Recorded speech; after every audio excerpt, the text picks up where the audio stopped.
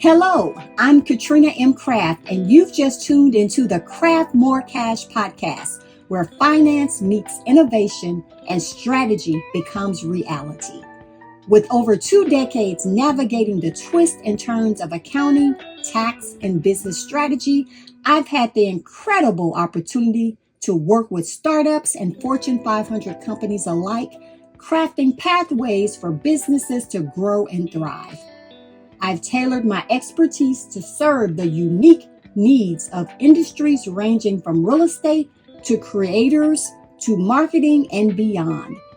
I'm on a mission to equip individuals with the financial savvy they need to succeed. Through my Wealth Intelligence course, I'm all about breaking down complex concepts into actionable strategies for business owners.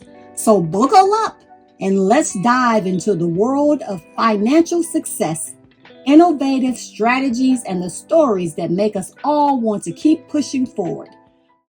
Selecting the real estate investment. You can use a realtor to get sales comps for the area to help you decide how much you should offer for the property. Comps are really looking at other comparables in the area. So let's say you found a house and you were interested. You would ask that realtor to find other comparable houses. So the same square footage, same age, same bedrooms, things like that. And they would compare and say, this house that compares to the one you're looking at, and they usually would try to give you a sample of 5 homes in the area, would go for this amount of money based on what it's sold for in the past. So that's very important to get those comps because you do not want to overpay.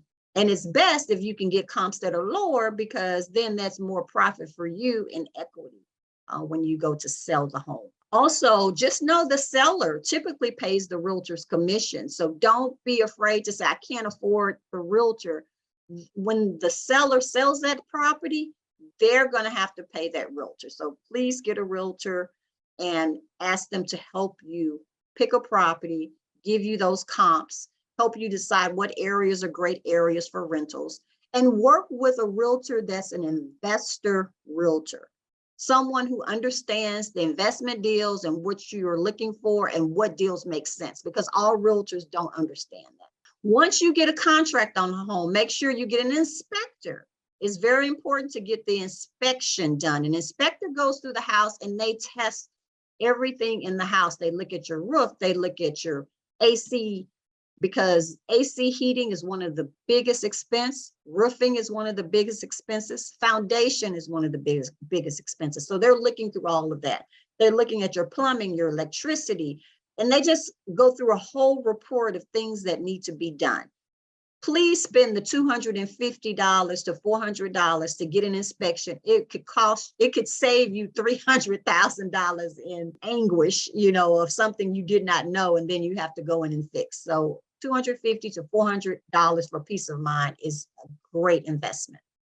Also have resources for contractors that can give you estimates. So you should go look at the house. Even before you get the inspector, I would find a contractor. Some contractors, once you develop a relationship with you, will go through the house and give you a bid on what it will cost to fix up.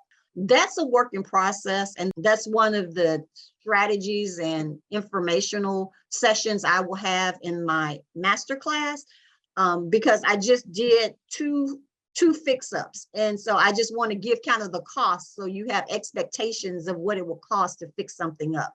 Typically, you'll at least need $5,000 just for cosmetics, because flooring, if you go in with the luxury vinyl on like a 2,000 square foot home, most people are charging, contractors are charging $2 to $2.50 a square foot to lay that.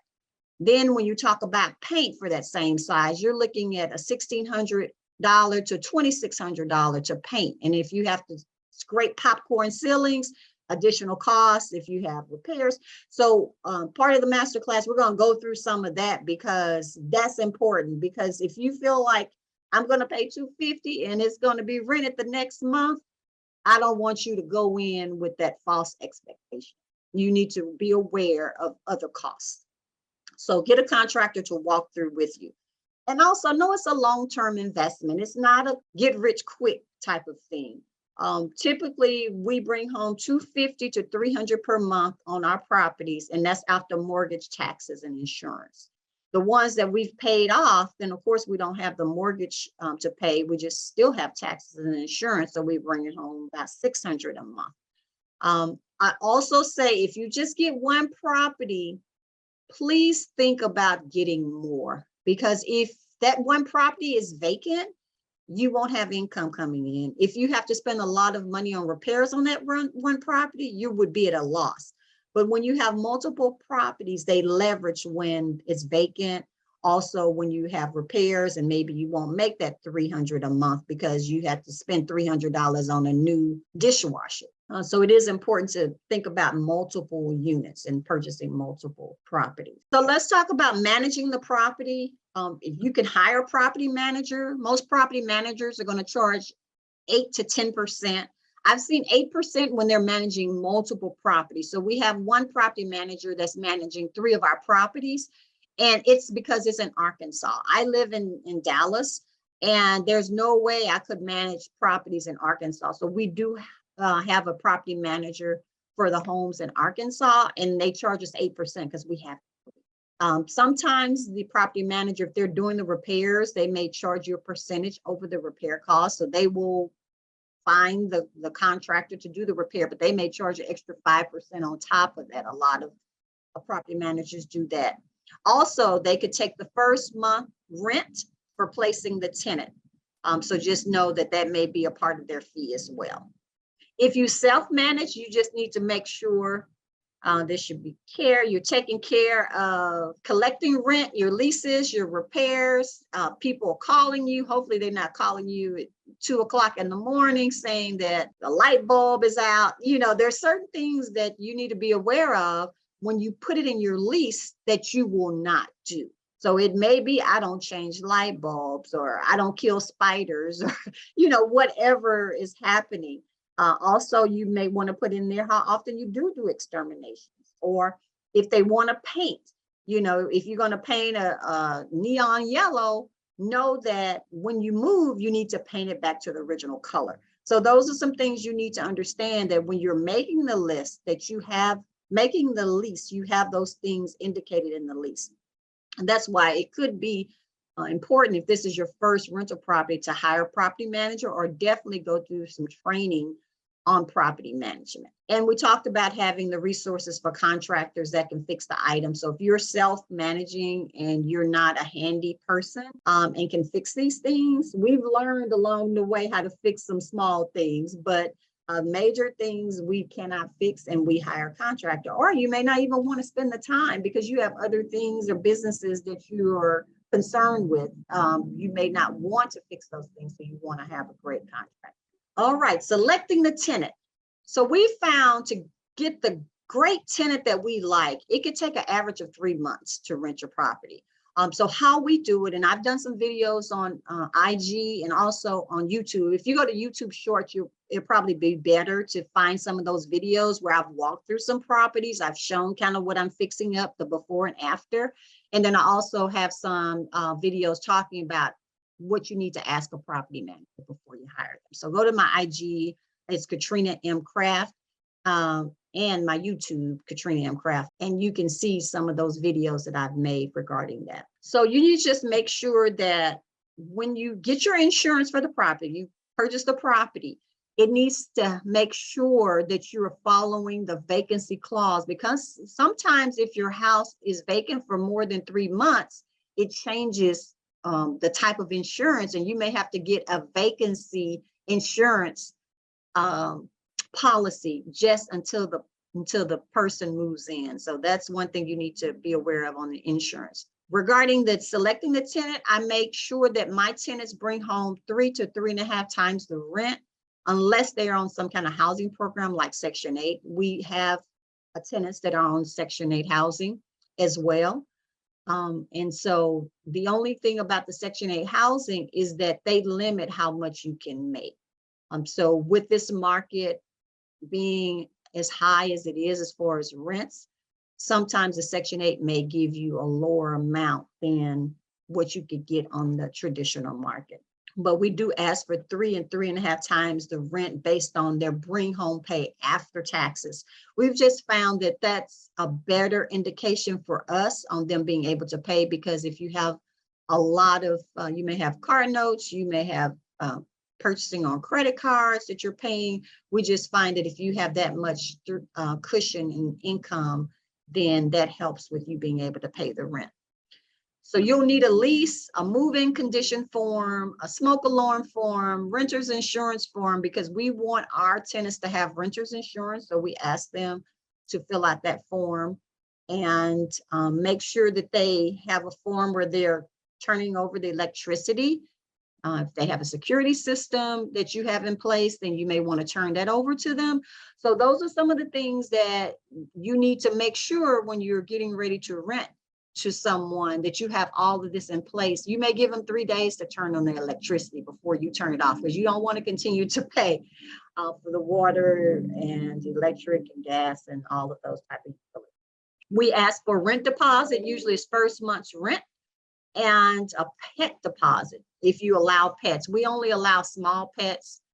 We don't allow large size pets, because we've just found that just wear and tear on the house was too much for us to maintain. But you can have pet deposit and have a pet rent. So you can charge an extra $100, $200 if you'd like, to make sure if there is damage that is taken care of, you can add that to the rent amount if the tenant wants a pet. Keep in mind, if you manage properties, you may have to evict someone. I've had to evict 2 tenants. So we've been very blessed in 20 years to only have 2 evictions. But you need to understand your state laws and your county laws. In Texas, it's very easy. You go and evict. If they say yes, in 2 days, the marshal is at their home making sure they're getting things out.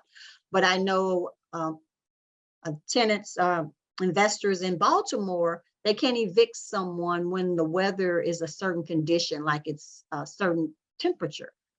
So sometimes people know that, and they intentionally don't pay you during that time because they know you can't evict them.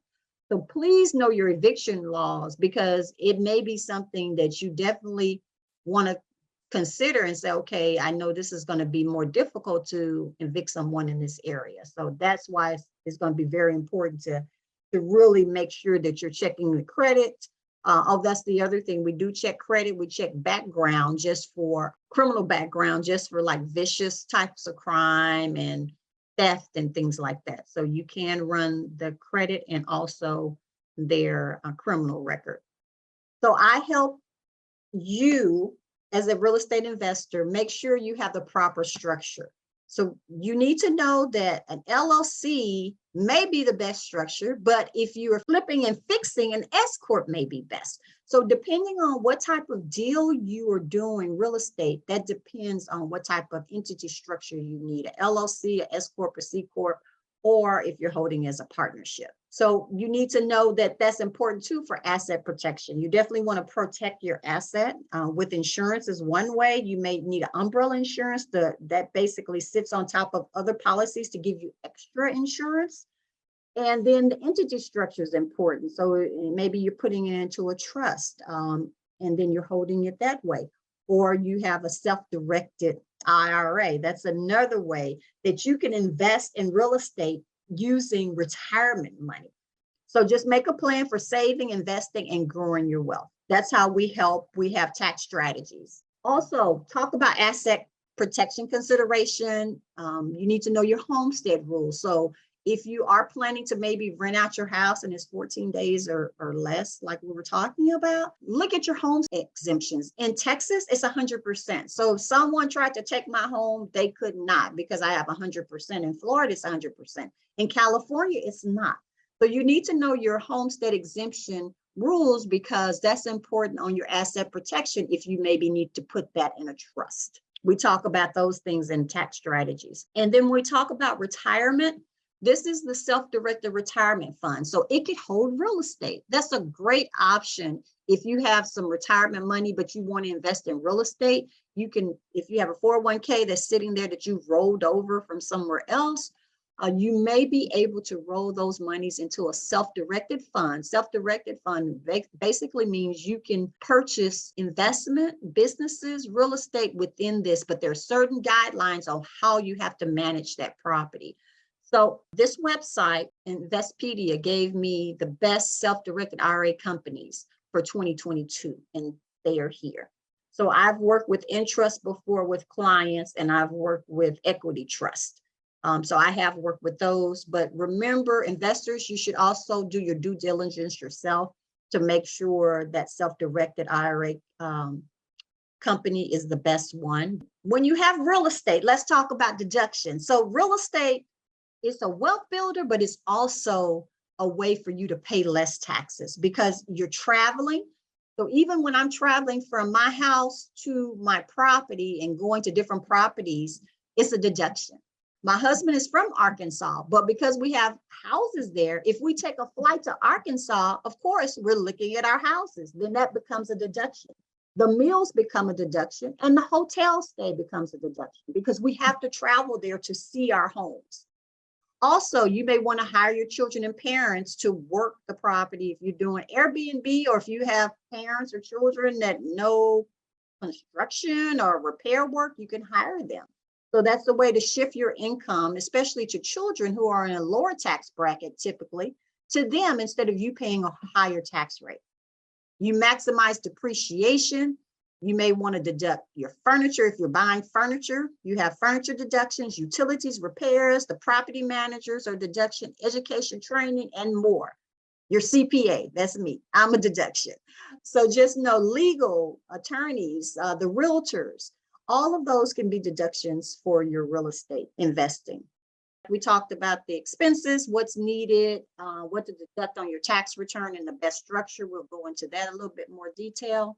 We also have tax strategies for business owners and real estate investors, where we help you plan out what are the strategies I need to put in place, the best structure, and that's working one-on-one with me. Best entity structure, how do I put this in a retirement fund for self-directed? How do I deduct expenses? And we actually give you like a 40-page strategy plan. So that's another service that we do offer. And we are a full service CPA firm doing bookkeeping, accounting, payroll, and working with clients an advisory role to help you really just grow your wealth and your legacy. I have really enjoyed this. Please share it with others because I'm just really excited about teaching and helping others to build their wealth in real estate.